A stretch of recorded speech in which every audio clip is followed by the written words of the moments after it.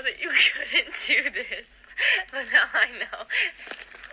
So I literally got scammed. So earlier this week, I went on vacation to Myrtle Beach. And at Myrtle Beach, there's this one road called Ocean Boulevard. And on that road, there's just a bunch of shops, tourist attractions, whatever.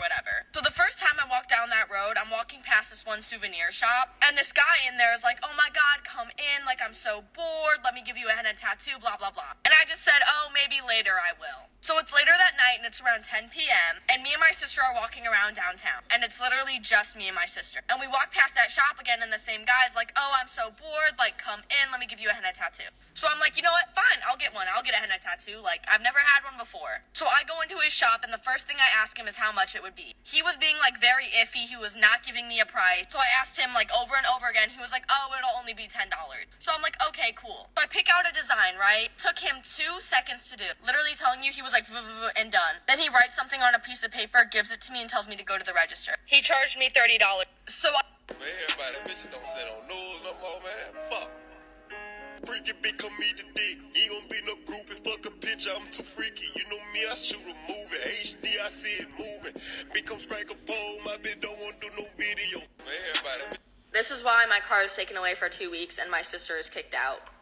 So basically, my neighbors had told my dad that my car was completely flooded and it would never run again because I left a window rolled down when we went to vacation. But once I opened my car door and checked my car out, like expecting damage, there is nothing wrong with my car. My car is not even damp. I have blankets, like car blankets, over all of my car seats and on the floor. They were not even damp. They were not even wet. Nothing in my car was wet, damp, nothing. So in my mind, I'm like, yo, I'm not gonna get my car taken away because there's no damage to my car. Like, the neighbor lied to him.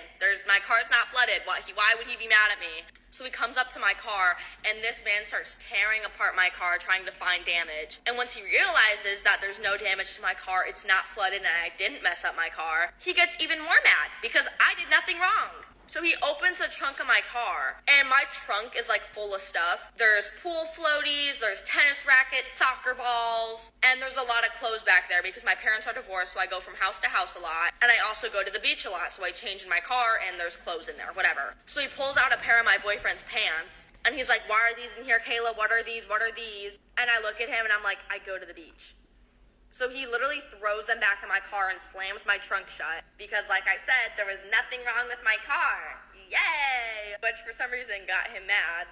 So I'm like, is my car still taken away? And he's like, yes, Kayla, your car's still taken away for 2 weeks. And I'm like, okay, well, how about 1 week since there's no damage and also it's 3 weeks left of summer break. And then I go back to school in 3 weeks. And he's like, don't you dare try talking to me like that, Kayla, blah, blah, blah. And then he's like, I also want this car detailed.